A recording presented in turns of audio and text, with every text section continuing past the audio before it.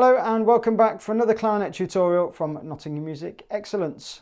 My name's Chris Allison and I'm going to play this piece by Thelonious Monk called Hackensack, and a lovely arrangement by Chris Gumbley here. A super piece to do for the C pieces, I think.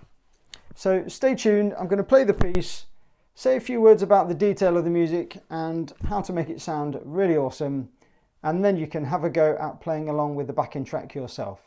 And I have uploaded 2 different speeds of the backing track as well, so choose the speed that suits you the most, and I hope you enjoy the tutorial. Here we go.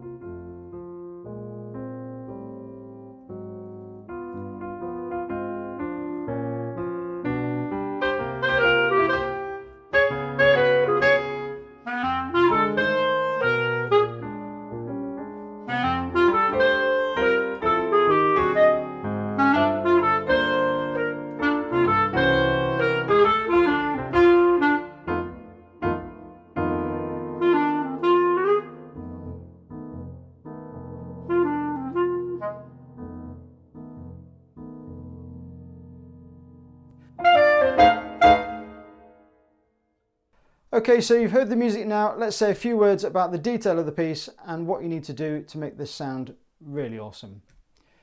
So I think straight off, we need to say it's a lovely arrangement actually by Chris Gumbley, and I think this is my favourite choice for the C pieces.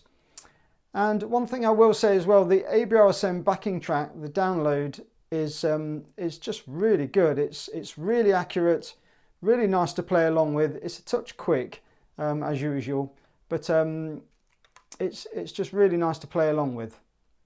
So let's talk about some of the notation detail. Now you'll notice, as usual with these kind of arrangements that they do for our ABRSM, they've put the swing quavers, they've put like the phrasing there, they've kind of written it out for you. So they've written it, so the tonguing is on the off beat, isn't it? And that will automatically make it sound, you know, a bit more swung. So really pop on that last note, sounds nice and short there, sounds good.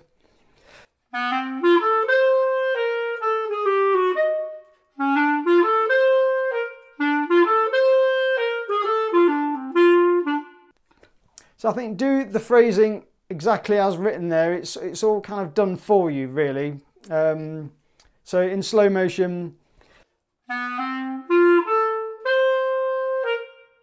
so phrase off there.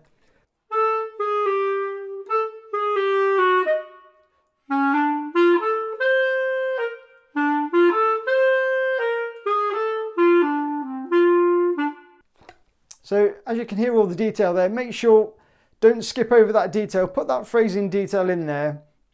It comes back so much, so you can't afford to sort of be, you know, just kind of leaving that to guesswork. Play the phrasing detail exactly as written, and it will really follow through the piece and make it sound really accurate. And that theme really continues through, doesn't it? It comes back again at 17, 18, 19, So I think that should be fairly plain sailing. So let's talk about 20 onwards into this new section. I think diddly-um on the piano there. You've got some nice kind of quick notes. And you've got to really count this carefully here. So 1, 2, 3, 4, bap, bap, da, doo, da. Count that carefully.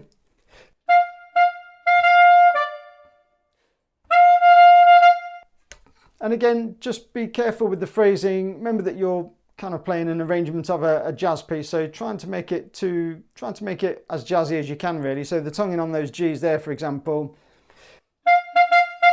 don't make it sound too like classical, you know, a bit more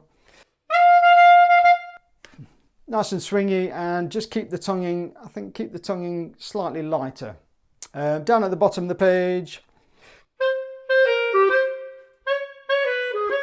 And then moving over to this second page, just be careful here on this top of the line, just be careful that second note is F sharp there, not F. It's very tempting to just sort of do that, isn't it? But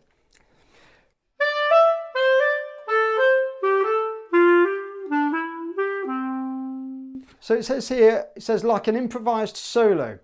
So I think they're trying to get through to you, they're trying to say, you know, look, don't make it sound too contrived, don't play it too classically. Just play around with it a little bit, you know.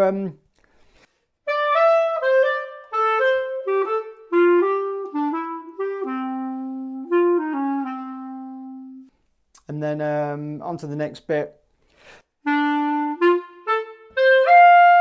Could have a little.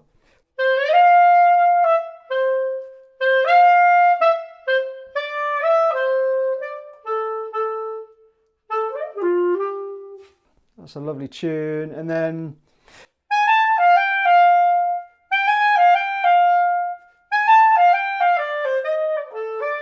sometimes I kind of jazz that up a little bit. It's got to be done, hasn't it? You've got to jazz it up a little bit.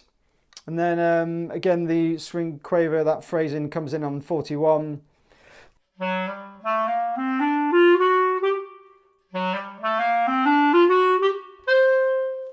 Again, don't play it too classically.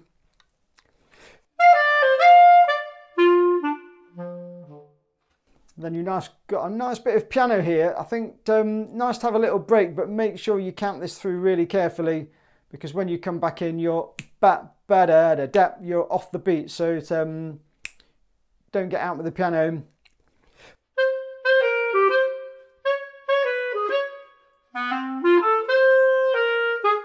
And then we're back to that idea again.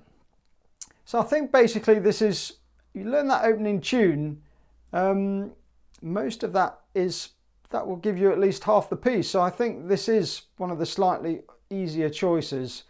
I think the difficulty with this piece is as you up the tempo, it just gets a little bit harder to kind of to get it right.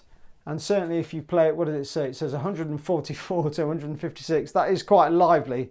So if you get it up to that sort of tempo, it does, you know, it does start to sound a bit more like grade 5, I think. So over to the piano accompaniments now. And of course, if you have, you know, watched the tutorial and you're making use of the video, do support the channel by clicking that like button and make a comment in the comment below and just let me know how you're getting on with grade 5. I'd love to hear from you. But that's it from me for this one. Have a go at the accompaniment yourself. There are 2 different speeds there. So there's the speed that I played it at, and then there's a reduced tempo version as well if you're not quite up to that tempo yet. So have fun with that, and I'll see you on the next video. Bye.